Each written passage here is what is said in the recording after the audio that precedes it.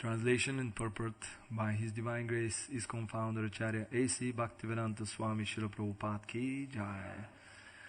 Once there was Sankirtan festival to glorify the Supreme Lord in an assembly of demigods, and the Gandharvas and Apsaras were invited by the Prajapatis to take part in it. Purport. Sankirtan means chanting of the holy name of the Lord. The Hare Krishna movement is not a new movement, as people sometimes mistakenly think. The Hare Krishna movement is present in every millennium of Lord Brahma's life, and the holy name is chanted in all the higher planetary systems, including Brahmaloka and Chandraloka, not to speak of Gandharvaloka and Apsaraloka. The Sankirtan movement that was started in this world 500 years ago by Sri Chaitanya Mahaprabhu is therefore not a new movement.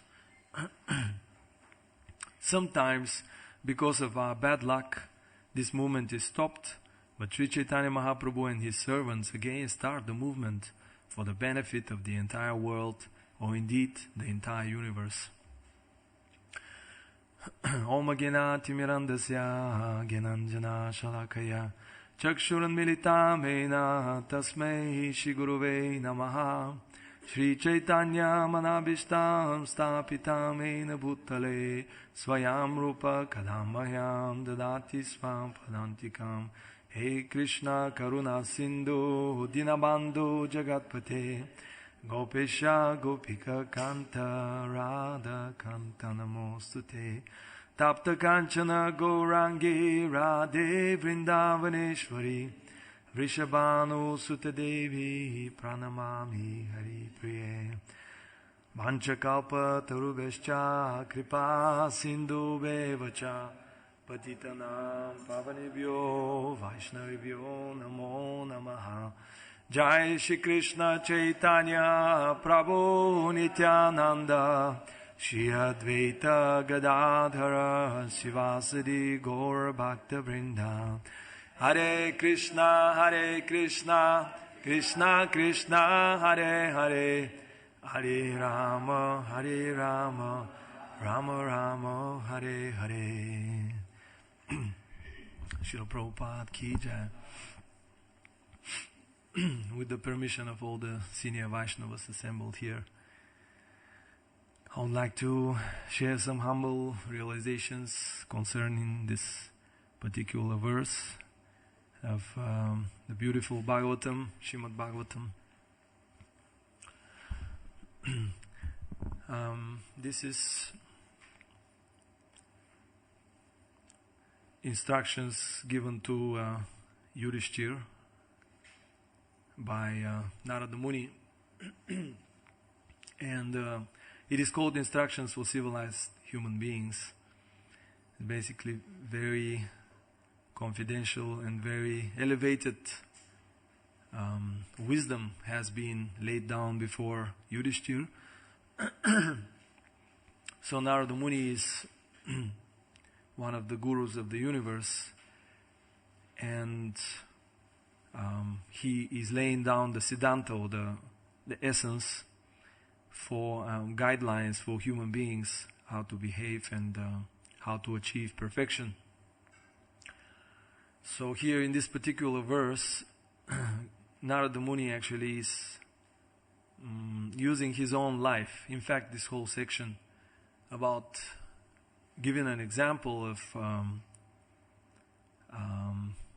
how actually one can be influenced or degraded by different associations, and how if one does not apply the universal principles or work or live according to them, gradually one's consciousness becomes affected. So he tells his story how he was actually a great singer in Gandharvaloka, and he happened to go to this Kirtan festival, Sankirtan festival, to glorify the Supreme Lord. However, being influenced by various devatas, various entities that were present there, he was chanting glorification of different demigods. And of course he was cursed to become a Shudra on planet Earth due to that by the Prajapati. So this curse, sometimes there is many curses in the Bhagavatam, but we always see that these curses, especially by devotees, turn to be great blessings. So Narada Muni ultimately by taking birth on earth, he associated with pure devotees, Bhaktivedantas, as explained in the first canto, and then he achieved perfection, purity of heart. He was awarded the darshan of the Lord, and gradually he became who we know Narada Muni to be today. Basically one of the foundational spiritual masters in the universe. So we can learn from this story that we have to be very careful about our associations, and we have to always focus on the principles laid down by the Shastra, by the spiritual masters and the sadhus. If we live in that way, we will always be protected from unfortunate experiences that may slow us down in our progress. Perhaps if Narada Muni did not get influenced, if he chanted Harinam Sankirtan at that point, he would have been much quicker delivered to the spiritual world. However, he took the detour, and then, as we heard, the curse of the Prajapatis became a special blessing. So, in this particular verse, or purport, Srila Prabhupada is stressing the validity of this Sankirtan movement, and Prabhupada is emphasizing how this Sankirtan movement is actually not something new. Sometimes people ask us, how old is this Hare Krishna movement? And sometimes we kind of say, well, it's about 500 years old. Sri Chaitanya Mahaprabhu started it.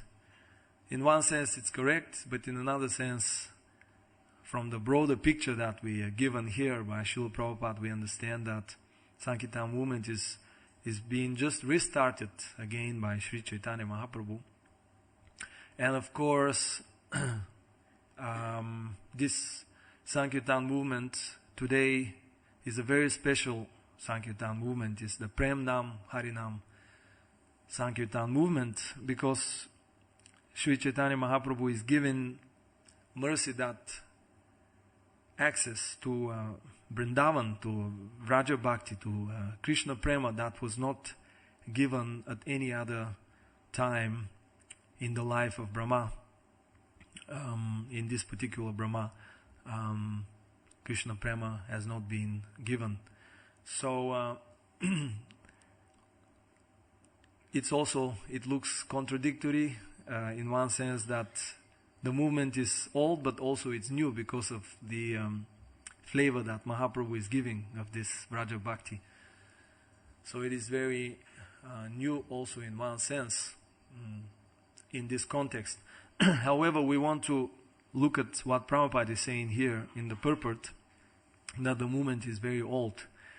He says that the Hare Krishna movement is present in every millennium of Lord Brahma's life, which is actually every day of Brahma. I think this is the correct version. As we know, the Vedic time is not linear time as accepted by modern science, that the universe has a beginning and perhaps an end, and that will be the end of existence. Also, the Abrahamic traditions, they present that there was a creation and there is maintenance, there will be destruction, and then this world will cease to exist. While the Vedic conclusion, Siddhanta, is explaining that we have a cyclical time frame where we see a constant repetition of creation, maintenance, destruction, and then creation, maintenance, destruction. So there is partial devastations called pralaya, and then at the end of Brahma's day there is a partial devastation. Lord Brahma is the chief entity in the universe, so his time frame is very different from ours. Like 1 year of Brahma's time, or 1 minute of Brahma's time is like 1 year of ours. So it is relative. But when Lord Brahma's day passes and there is a pralaya, there is a partial devastation, then in the next day of Brahma, this Sankirtan movement is introduced again, which is actually a very long duration of time, because if we calculate that 1 minute of Brahma's time is 1 year of ours, we can actually see how long is Brahma's day and how long will be his night. So Prabhupada is emphasizing that this movement is not new, and this adds to its importance, because if something is actually eternally existing and it just appearing and disappearing, that means that the message that the Sankirtan movement is carrying is something very, very important, because it continues to reoccur and reappear again and again.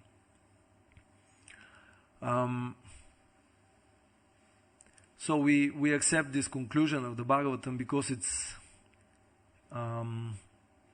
given by the pure devotees of the Lord, and we trust them because if we trust any authorities, that will be trust in the pure devotees of the Lord, because of their pure behavior example in this world. Modern day people trust sometimes academic authorities, but most academic authorities can't really be trusted, because there is a lot of personal motivation involved in academics. There's a lot of money, and basically people can say anything to get money. Like I have one, it's not really a friend, but a person who I know in South Africa, and he's an astrophysicist and he's a professor, and he writes different theories and things like that, and getting paid for that. So I asked him, so how do you make your theories? He said to me, to be honest, I just write some nonsense and I get paid for it. You know, I just speculate about things and I get paid for it. So, and his life is actually a disaster. His son became a drug addict.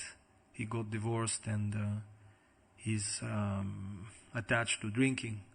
So who should we trust? You know, the pure devotee or persons like that. Of course, we will trust a person with pure character.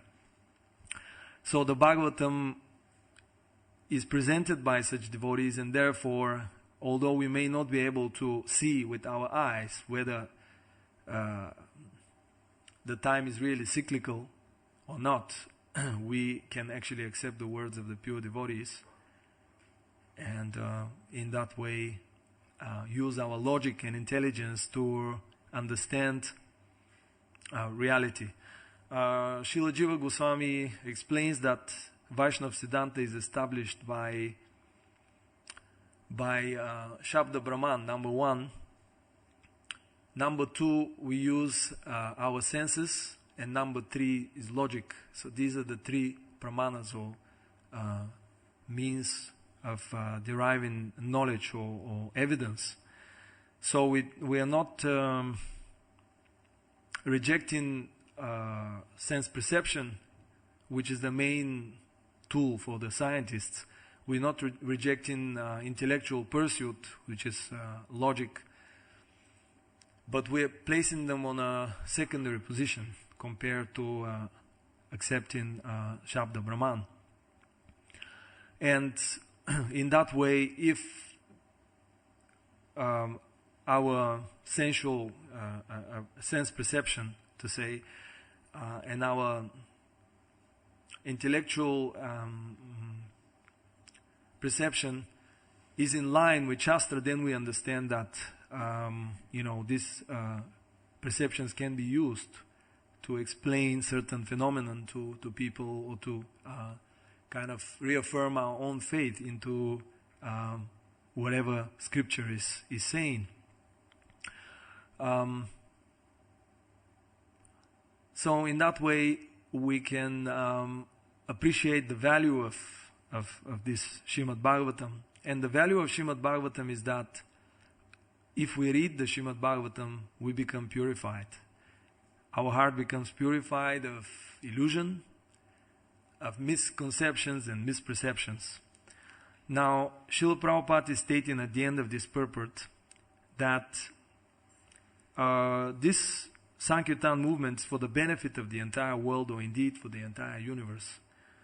So now, how do we understand this?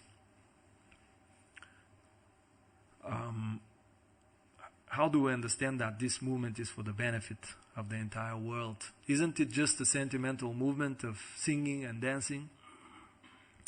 Sri Chaitanya Mahaprabhu was accused by Prakasananda Saraswati and his followers that this Chaitanya, he's just a sentimentalist, he's just dancing and chanting. He's not really studying the Vedanta. Therefore, whatever he's doing is contrary to self-realization, and contrary to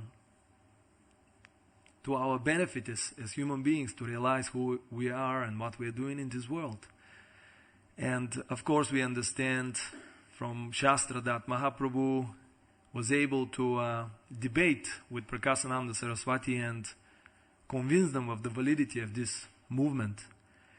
And of course, Prakasananda Saraswati and all his disciples joined Sri Chaitanya Mahaprabhu's movement, despite the initial perspective about the sadhana or the practice of Sri Chaitanya Mahaprabhu.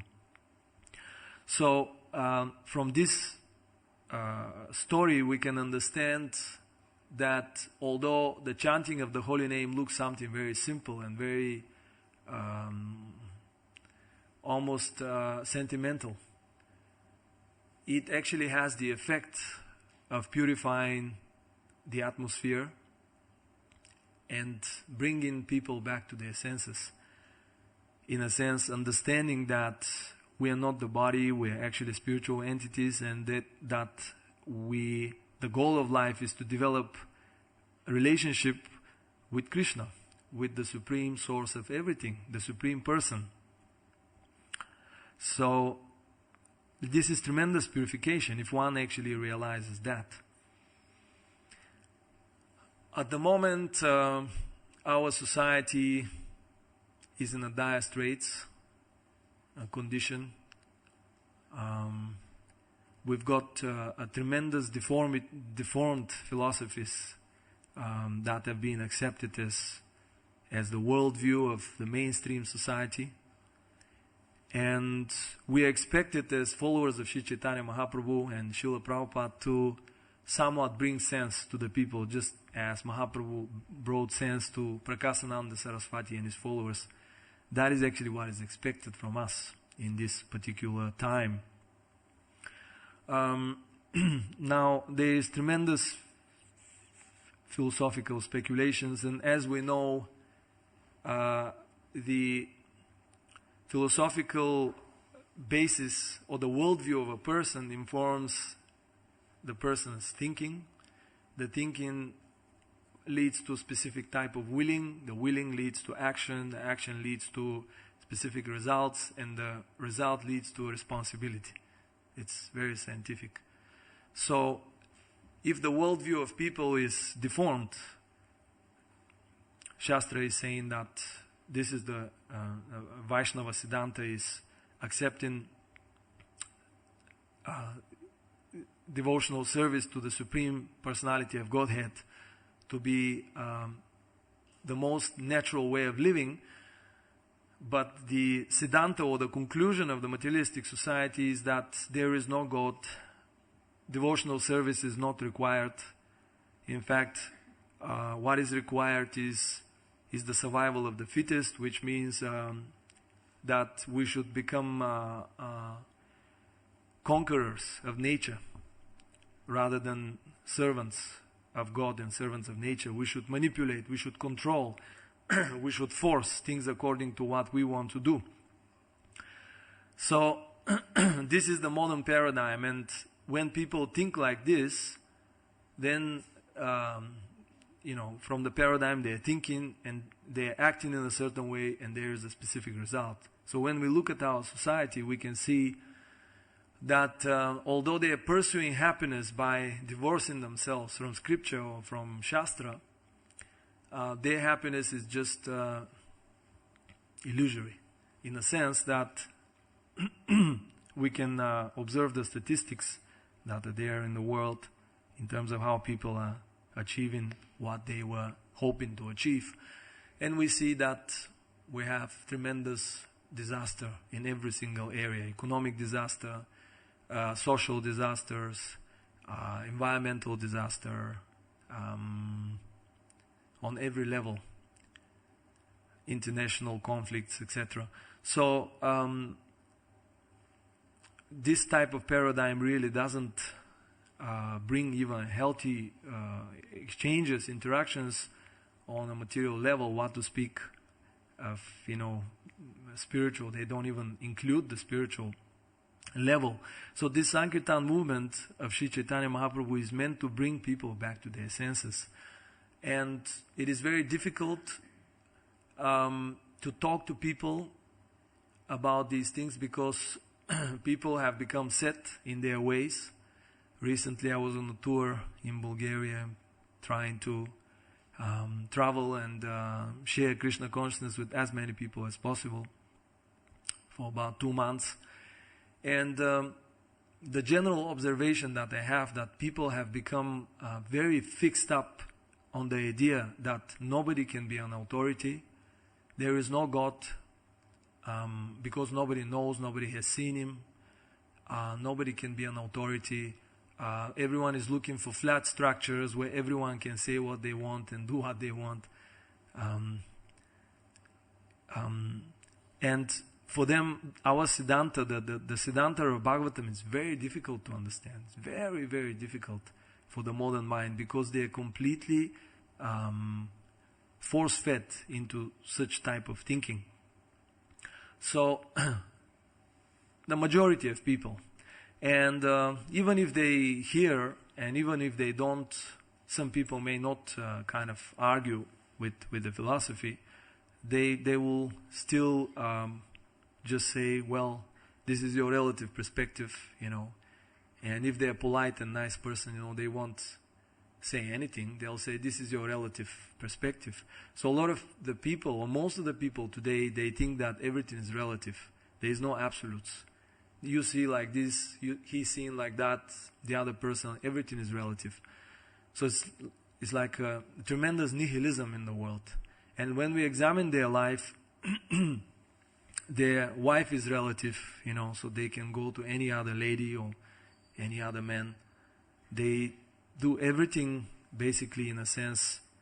They just try to liberate themselves from any norms, healthy norms in general. So we have the increasing of the phenomenon of loners.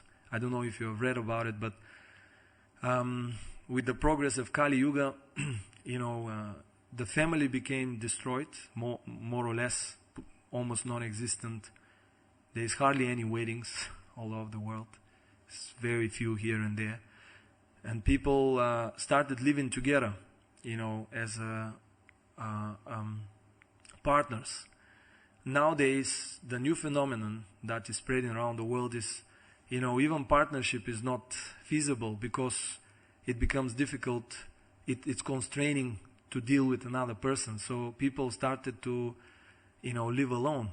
This is called the phenomenon of loners, and it's very becoming prominent in Europe. It started in Europe, And according to statistics, about 40% of the people in Sweden, the young people, prefer to stay alone rather than live and share with a partner.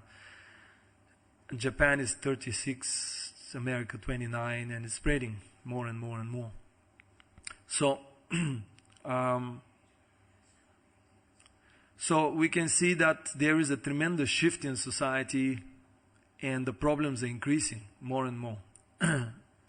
Although their philosophy is supposed to be evolved, they have moved away from religion, from scripture, they think we have evolved, we have progressed.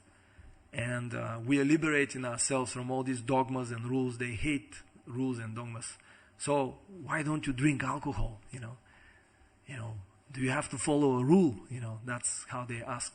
It's very interesting. They really don't like rules. They don't understand that these principles that we follow are the principles of freedom, that you become really liberated. So you become liberated from suffering, because the so-called happiness they're expecting by alcohol or whatever illicit behavior really leads to suffering. So we have a tremendous responsibility to find a way to present the movement of Sri Chaitanya Mahaprabhu in a way that the people can be attracted to chant the holy name. And I found something very interesting, that what really works is not really philosophy, it's just kirtan. You go into a park like Prabhupada did, you start chanting, and then they come and they sit and they start to chant. It's just amazing. So in my hometown, I did kirtans almost every night, and there were many people, up to 20 sometimes, coming to hear. And some of them are heavy metals, hippies, all kind of people. And they just come and sit, and if you give them the mantra, they start to sing it. It's just amazing. So really, this Sankirtan movement is not something sentimental. This holy name purifies the consciousness. Hare Krishna, Krishna Krishna, Hare Hare, Hare Rama, Rama Rama, Hare Hare. It purifies the consciousness, and then the person becomes gradually more eligible to understand the Siddhanta, the conclusion, the scriptural guidelines, to accept them and to value them. Initially, if you try to first go the other way around, teaching philosophy, they'll never appreciate it. So, what I'm trying to say is that we have to do more Harinam, we have to do more Kirtan, we have to go out and chant in public nicely, present it nicely, use different instruments. I sometimes use guitar, and people are attracted to the guitar, and they just come, and because it's guitar, they hear. And it's, especially if you're alone, it's difficult to, play just kartals or just mridanga. People like mridanga as well. They're very attracted. In general, they like instruments. So if some music is going on and some people gather, 2 or 3 people, then immediately more and more will come and join. So we have to do kirtan. Sometimes we forget that this is one of our it's our primary duty to go out and chant the holy name. So when I was in South Africa, Jai Shri Radha Gokulananda ki Jai, Sitaram Lakshman Hanuman ki Jai, Gaur Premanande. When I was in South Africa, there is one Namahata devotees. So I kind of became friend with them, and I was observing what they do. So I asked them, "Are you doing Harinam?" They said, "No. We just get together, we do some program, Namahata, every Friday night, and that's it." So I said to them, "Are you really in the Sankirtan movement?" What is Sankirtan movement? It means to go out and chant in public. So, because we have a friendship with them, they kind of became inspired. So I told them, "Okay, let's go on Harinam together." And we did 2 or 3 times. I took them while I was there. And then, I asked them, just try to keep it up as much as possible. And at least go once a week for 1 hour. And then few devotees chant, maybe 5 devotees, and 2 or 3 distribute books, flyers, something like that. So we did 3 Harinams like this, and the effect was tremendous on them as well as on the public. The people were happy. Some drunkards came out of the restaurants to chant. Some people were gambling in these gambling houses, where they, betting on horses or what they do on the screens, TV screens, So they came out, they heard the Harinam. One person came out and he was chanting Ram, Ram, Ram, and he was an Indian gentleman. Then he never went back. He just went home. So, and then a lot of books were distributed in that way, because people are attracted and they feel inspired from within the heart. The Super Soul probably saying, take this book, it's good for you. So he just takes the book. And in that way, if we do Harinam, if we do Sankirtan, we feel enlivened. Of course, for that purpose, we need to have very strong sadhana, because if we don't have strong sadhana, then we can't really have an effect on the consciousness of others. We have to work on ourselves and pray to Krishna to use us, to force us. Pray to Srila Prabhupada to keep us busy in his service, despite our lack of qualification in some cases like mine. Just pray for the mercy to be engaged in this Sankirtan movement. And there is tremendous miracles that will happen by that. So, in other words, we have to, Prabhupada would like us to mold our life in such a way that we invest some little time, at least once a week, to go on Harinam. All of us. Somehow or other, just make some time, once a week. Go out on Harinam with some existing Harinam party, or just make your own Harinam party with some other devotees. Just do it. In Australia, one devotee, every single day, at least last year when I was there, was standing alone with cartels on one corner, and he was chanting Hare Krishna alone. So one other devotee asked him, Prabhu, why are you doing this? You're just alone every day chanting. He said, well, I'm chanting to get purified, and also, whoever hears this holy name, they get blessed by Sri Chaitanya Mahaprabhu. They get purified, they advance. So the principle of the Sankirtan movement is really making a sacrifice for the benefit of others. Because the more we make in the sacrifice, the more selfless we become, the more empowered we become to help others, to revolutionize their consciousness, to allow them to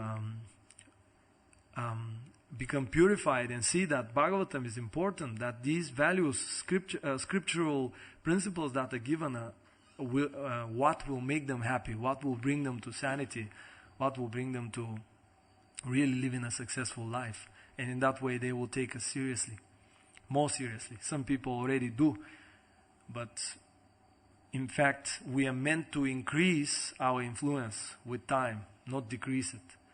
And that depends on our own surrender to Krishna, because as we surrender unto Him, He rewards us accordingly. So, to conclude, we take some questions.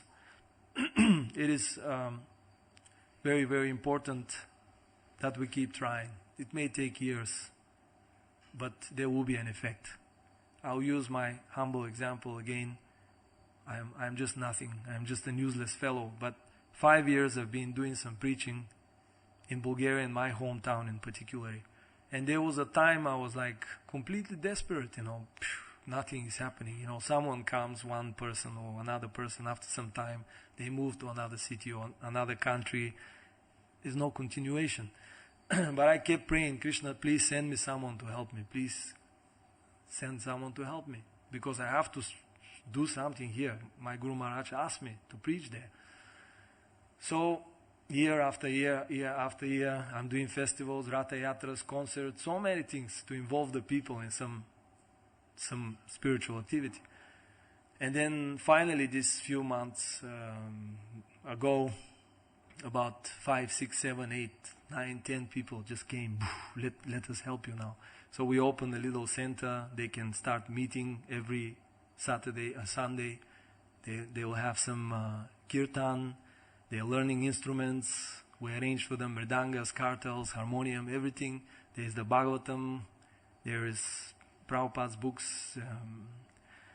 It's just amazing how, you just try and try and try and try and try, and you just hope, and then things are happening. So let us not give up, although it's so difficult, I know. And Krishna will reciprocate if we just remain focused, become more and more humble and more eager to really become an instrument of Srila Prabhupada, of the Acharyas, then definitely there will be effect. So please give us your blessing that we could continue in that way, very humbly serving, and in fact dying on the battlefield in that way, because we don't want anything else. We want to be just like Srila Prabhupada did, although in some small, insignificant way. So, Hare Krishna. Srila Prabhupada ki jai.